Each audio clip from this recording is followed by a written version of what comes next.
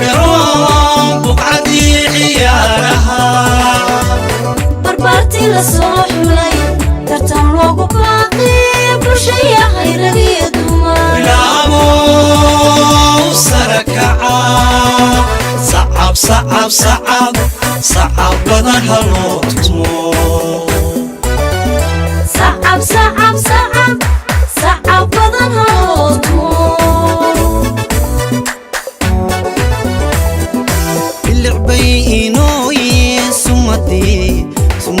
برارها برخدي ونقاديقا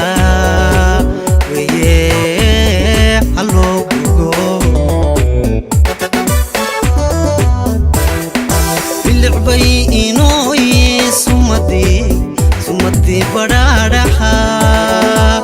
برخدي ونقاديقا kulanti wacan wanaagsan daawadayaal maalin wanaagsan waa mar kale iyo muuqaalkeena falanqaynta ah ee xubinteena football news oo xiliidan oo kala daawantaan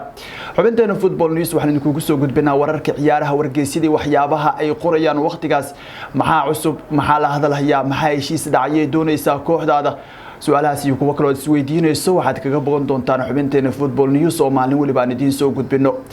aan ku bilaabo daawadayaal xubinteena football news warka ugu weyn maanta ee wargeysada caalamku ay hadalhayaan waa mustaqbalka Lionel Messi oo kooxda Barcelona oo soo dhamaaday ciyaaryahanka heerka caalamiga ee dalka Argentina ayaa warqad furan oo u diray kooxda kubadda cagta ee Barcelona waxa uu ku codsaday gabi ahaanba in la burburiyo qandaraaska uu kooxda kula jiro isagoo kaga mahadceliyay waqtiga kobcinta iyo shaqaaleysiinta iyo xirfadiisa ciyaaraha siday u horumariyeen waxaana uu sheegay tani in ay fursad u tahay isaga iyo kooxduba intaas kadib kooxda kubadda cagta ee Barcelona ayaa war soo saartay waxaana ay sheegtay in Messi uusan haysanin qodob u damaanad qaadaya kooxda inuu burburin karo heshiiska uu kula jiray isla markaana beeca horta uu ku tagi karo hore waxaa loo hadalay in qodobkan uu ku jiray heshiiska Lionel Messi uu ku joogo gegida Camp Nou ay kooxda kubadda cagta ee Barcelona ay ku ciyaarto waxaana qoraalkiisa ku xusnaa in qodobka 24aad ee heshiiska uu dhigayay inuu markaasi sanadka ugu dambeeyay qandaraaskiisa uu xor ku bixi karo laakiin Barcelona waxay ku dooday in la soo dhaafay waqtigii ahaa June 10 markaasi oo uu markaasi si weyn adduunyada u haystay xanuunka faafaya ee corona isla markaana wax suuq uusan furnayn laakiin qareenada Messi ayaa haatan dood arintaasi ka keenaya ugu dambeyn Messi iyo Barcelona arintooda waxay markaasi gaari kartaa maxkamadda xalinta khilaafaadka isboortiga ee kaas loo yaqaano hadii markaasi muranadooda ay daba dheeraadaan Messi waxa ka go'an inuu ka tago kooxda hadaba waxa soo baxaya arrimo Messi sheegaya ka tagistiisa Barcelona loo sababaynayo waxaana kamid ah imaatinka macalinka cusub ee Ronald Koeman kaasi oo ciyaartoyda intooda ugu badan baqadka telefoonka ku fasaxay isla markaana fariimo u diray Messi ayaana haatan ka carooday arrimahaas oo ay ugu dambeysay saaxiibkiisa ugu dhow kooxda muddadii sanadihii la soo dhaafay ee Luis Suarez oo lagu wargeliyay xitaa in qandaraaskiisa kooxda markaasi gabi ahaanba la burburin doono sidoo kale Sergio Busquets oo akademiga ay ka soo wada baxeen ayaa Ronald Koeman si qaldan ula dhaqaaqay ama ula dhaqmay iyadoo saaxiibkiisa koonfurta America Arturo Vidal isna loo sheegay gabi ahaanba heshiiskiisa kooxda uu kula jiro in la joojin doono oo uu markaasi beeca horta kooxda kaga tagi doono arrimahan isbiirsaday waxay keenaysaa Messi inuu ka niyijabo joogitaanka kooxda waxaana soo baxay 6 kooxood oo Messi la siixan kara waxaana ugu horeysa kooxda Manchester City ee England ka dhisan kooxda Ingiriiska waxay doonaysaa inay xidigan la midayso tababarihiisii hore ee Guardiola waxa la rumaysan yahay in uu yahay shakhsiga ka dambeeya shakhsiga markaasi soo hormariyay Messi isla markaana gaarsiiyay heerka maanta uu taagan yahay naadiga labaad ee Ingiriiska ka doonaysa maantana ku soo biirtay tartanka waa kooxda kubadda cagta ee Manchester United kooxda Red Devils oo wali wax saxiix weyn suuqa aan ka sameyn waxay doonaysaa inay iska meerto ceebtii ka soo gaartay doonistii xidiga Jadon Sancho oo kooxda Borussia Dortmund ay ka soo diiday heshiis markaasi ay ku doonaysay inay kaga iibiso waxaana haatan soo baxay warar sheegaya in kooxda kubadda cagta ee Borussia Dortmund iyo Manchester gabi ahaanba ay ku fashilmeen in wax heshiis ay ka gaaraan arinta Jadon Sancho waxaana Manchester xoogeedo idil ay isugu geyn doontaa soo qaadashada Lionel Messi dhanka mushaaraadka uu qaato oo ku dhow 500,000 isbuucii waxa la fahamsan yahay kooxda Manchester United inay tahay kooxda kaliya awood u leh dhaqaalahaasi inay bixiso hadii ay timaado saxiixa Messi sidoo kale kooxda saddexaad waa kooxda Paris Saint-Germain ee ka dhisan Faransiiska halkaas waxaa kaga horeeya saaxiibkiisii hore ee Camp Nou Neymar kaasi oo la aaminsan yahay in uu ku riyaaqay 3 sanadood oo uu ka garab ciyaaray waxaana Messi dhowr jeer hore uu u dalbaday waqtigiisa Barcelona in loo soo celiyo xidiga lagu magacaabo Neymar si wax badan kooxdu uu caawinaad ama culays saaran uu kaga dulqaado haatan Neymar waxa uu muuqdaa shakhsi ku qasbi kara Messi inuu kula biiro oo kooxda Paris Saint-Germain ee Faransiiska ka dhisan iyadoo labada ciyaartoy halkaasi mar kale ay ku midoobi karaan waxaana uu doonayaa Messi inuu rumeeyo taariikhda kooxdu ay doonaysay inay ku guuleystaan tartanka Champions League taasina waa mid saddexaad ee suurtagalka ah ee uu ku biiri karo kooxda afraad ee Messi qaadan kartana waa kooxda kubadda cagta ee Chelsea ee England ka dhisan taasi oo toddobaadkan dalab ka gudbisay Frank Lampard ma uusan qarin sida uu u doonayo mar inuu la shaqeeyo xidiga heerka caalamiga ee dalka Argentina Lionel Messi kooxda afraad ee ku biiri karta tartan waa kooxda shanaad ee tartanka ku jirtana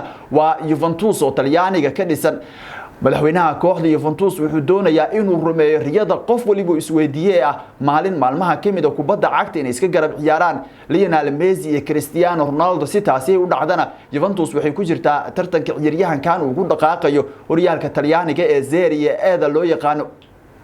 kooxda lixaad ee Messi xiriirka la soo sameysana waa kooxda Inter Milan ee Talyaaniga ka dhisan Inter waa mid kamid ah kooxaha loo arkay ciyaaryahankan inay leeyihiin cudud dhaqaale ay ku qaataan iyadoo la rumaysan yahay horeba in ay wada hadal si rasmi ah u bilowday ay la yeesheen inkastoo mar dambe uu burburay hadaba lixdaasi kooxood ee Juventus Inter Milan Manchester United Manchester City Chelsea iyo Paris Saint-Germain ayaa la rumaysan yahay inay yihiin kooxaha uu u dhaqaaqi karo Messi oo si rasmi ugu dhawaaqay gabi ahaanba inuu soo idlaaday mustaqbalkiisii waqtiga fogaa ee kooxda kubadda cagta ee Barcelona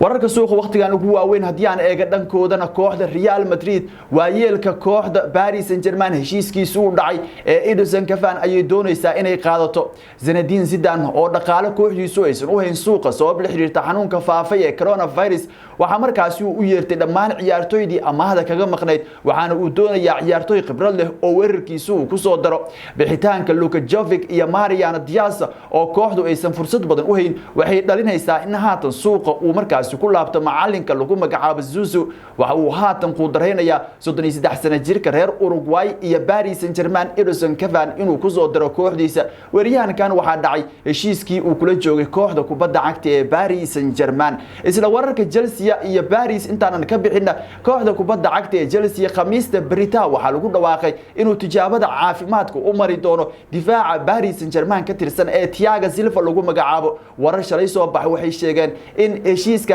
gabi ahaanba uu burburay isla markaana kooxda PSG ay xidiga doonayso inay sii haysato laakiin maanta waxa la sheegay in khamiista Brita heshiiskaasi la dhameystiri doono taasi oo ka dhigan 24 saac ay soo aadan Thiago Silva inuu u dhaqaaqi doono kooxda kubadda cagta ee Deep Louis garoonka ay ku ciyaartay Stamford Bridge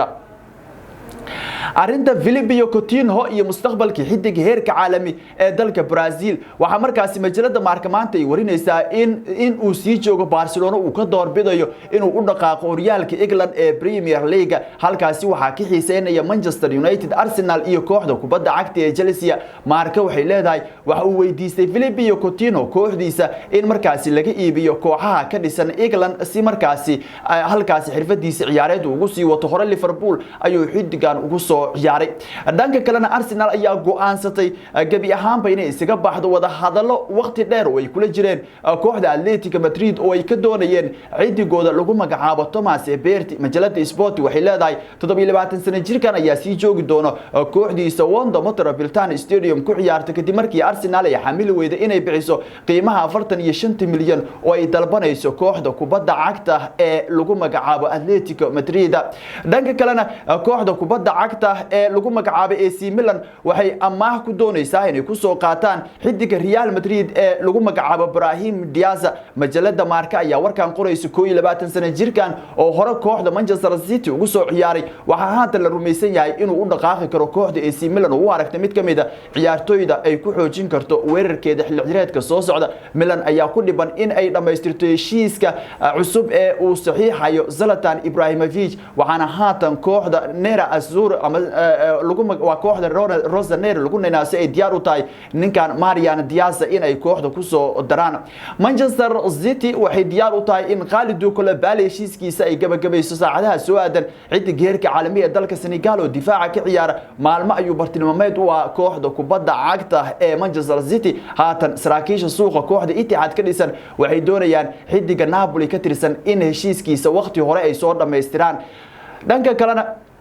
heshiis haatan dhacay kooxda Leeds United waxay dhameystireen heshiiska ciyaaryahanka Valencia weerarka ka ciyaaray xulka qaranka Spain ninka lagu magacaabo Rodrigo xidigan oo xil ciyaareedkan lala xiriirinayo kooxda Barcelona inuu dhaqaaqi doono heshiiskiisa ayaa fashilmay. kooxda Premier League ka dhisan ee dhawaan soo dalacday Leeds United ayaana si rasmi ah waqtigan ugu dhawaaqday in heshiiska ciyaaryahankaasi Rodrigo uu dhacay isla markaana si rasmi ah ay ugu soo bandhigeen garoonkooda ay ku ciyaaraan ee Allen Road Stadium. Leeds ayaa soo dalacday xil ciyaareedkan waana mid kamid ah kooxaha doonaya in xil ciyaareedka soo socda wacdare ay ka dhigaan horyaalka Ingiriiska ee Premier League. Alcantara iyo Liverpoolna waxa markaasi arintooda ay u muuqataa mid soo gabagaboobi karta saacad kasta. kooxda kubadda cagta ee Bayern Munich ayaana gabi ahaanba hoos u dhigtay qiimihii 36 milyan ee xidiga ay doonayeen inay ku fasaxaan iyaga oo 27 milyan gaarsiiyay. tani waa fursad ay heshay kooxda Liverpool oo haatan diyaar u ah xidigan inay heshiiskiisa waqti horeba soo gabagabayso.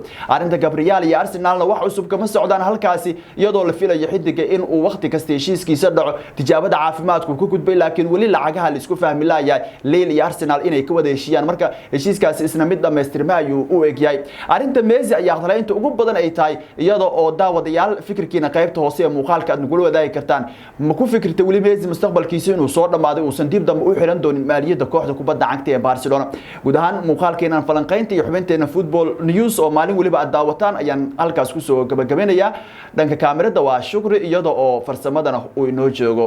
Kooshin Cadde. mid lamid ah muuqaalka intaynu ku kulmi doono nabadgelyo.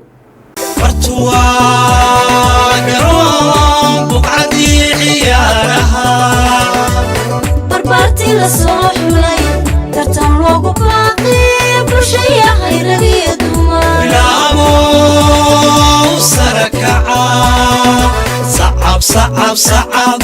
sacab badan haloo tumo sacab badan haloo tumo ilbay inooyi sumadii badhaadhaha barkhadiyo nagaadiga weye haloo gugo ilbay inooyi sumadii badhaadhaha barkhadiyo nagaadiga